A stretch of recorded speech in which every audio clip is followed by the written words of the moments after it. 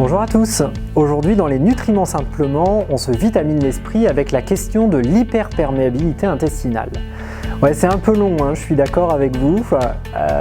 D'ailleurs, on aurait presque pu utiliser la dénomination anglaise ou anglo-saxonne qui s'appelle le Leaky Gut Syndrome, en traduction l'intestin qui fuit. Et oui, en fait, ce problème, c'est que parfois notre intestin devient une véritable passoire et il va permettre le passage de grosses molécules au travers de la paroi de l'intestin. Bref, notre intestin perd sa capacité de filtre naturel qu'il a et de sélectivité, et cette perte de sélectivité est loin d'être anodine.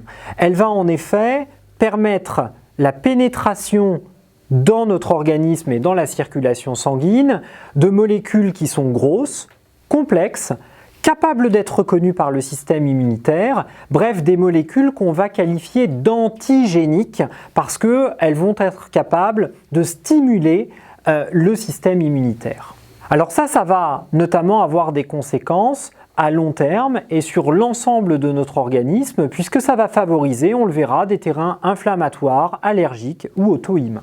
Normalement, cette perméabilité est tout le temps présente dans notre organisme et elle est sous contrôle, c'est-à-dire la pénétration de grosses molécules reste toujours possible dans l'organisme et elle est sous contrôle notamment via une protéine qui est fabriquée par l'organisme qui s'appelle la zonuline. Et la zonuline, c'est vraiment la protéine qui contrôle cette absorption bien particulière.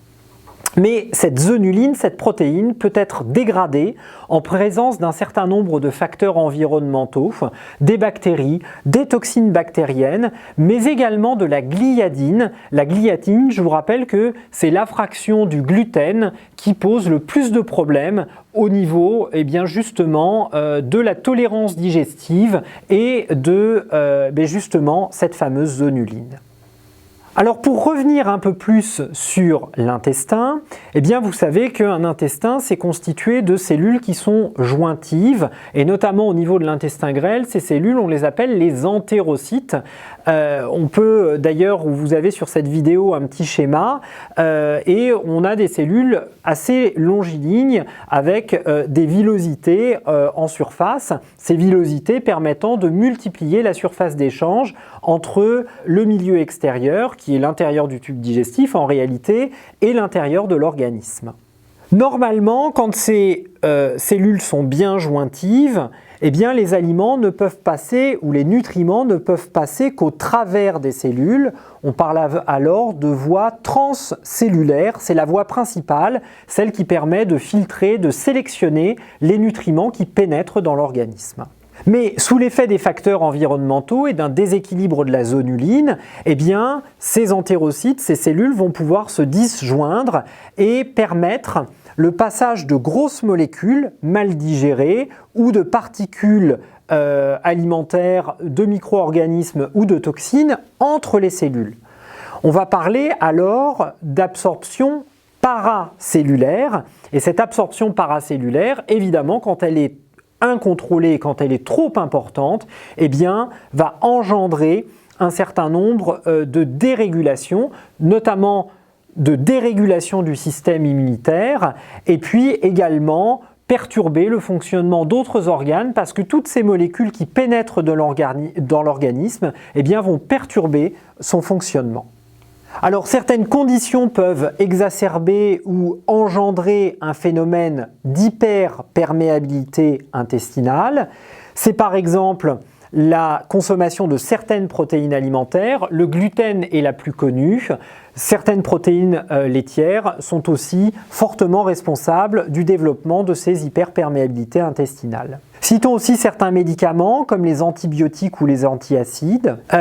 Citons également un stress oxydatif qui peut engendrer un phénomène d'hyperperméabilité ou également un stress environnemental. Je vous rappelle que le stress a un impact direct sur le système digestif avec des symptômes qui généralement sont assez rapidement perceptibles.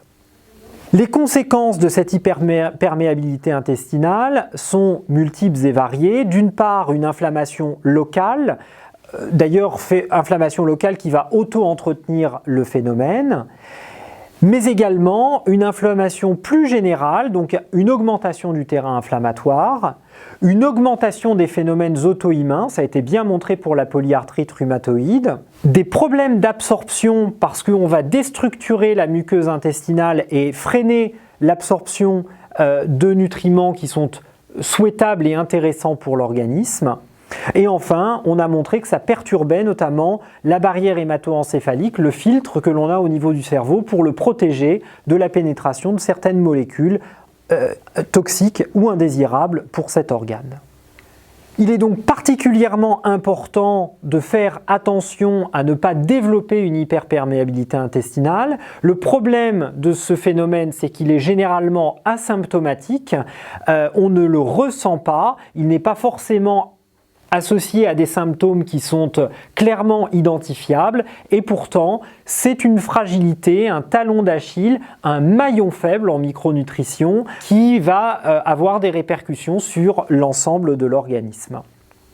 Allez, un petit conseil pour terminer cette vidéo pour vous aider à détecter l'hyperperméabilité intestinale. Il existe plein d'outils et voilà que je pourrais vous expliquer dans un autre cadre.